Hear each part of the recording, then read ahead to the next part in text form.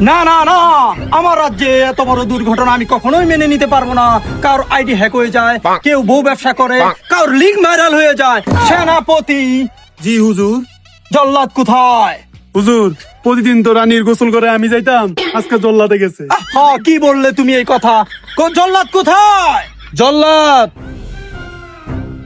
আগে হুজুর, গুস্তাকি মাফ করবেন, আমার গুটি সাফ করবেন। শুনলাম তুমি নাকি আমার রানীর বাথরুমে চলে গিয়েছিলে। জি হুজুর, গিয়েছিলাম।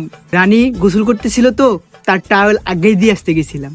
তুমি এই সাইডটা রানীর তাও লাগিয়ে দাও, আর এদিক দিয়ে আমার রাজ্যের ওর আইডি এর আইডি হ্যাক হয়ে যায়।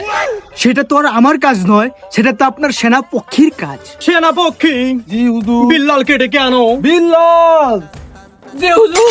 হুজুর, তোমার নাকি আইডি হ্যাক হয়ে যায়? জি হুজুর। কোন শালাই হ্যাক করলো? আরে ওটা যদি জানতাম তাহলে তো আর আপনার কাছে আইতাম না। টেনশন করো না, দু একদিনের ভিতর তোমার আইডি আমি নিজে এনে দেবো। দূর, আপনি কি এনে দিন? আপনি তো রাজ্যের রানী সামলাইতে পারেন না। আপনি রানীর বাথরুমে ওই সেনাপতি ঢুকে যায়, জল্লাদ ঢুকে যায়, এটাই তো সামলাইতে পারেন। নিজের রানী সামলাইতে পারেন না, আমার আইডিয়া এনে দিবে।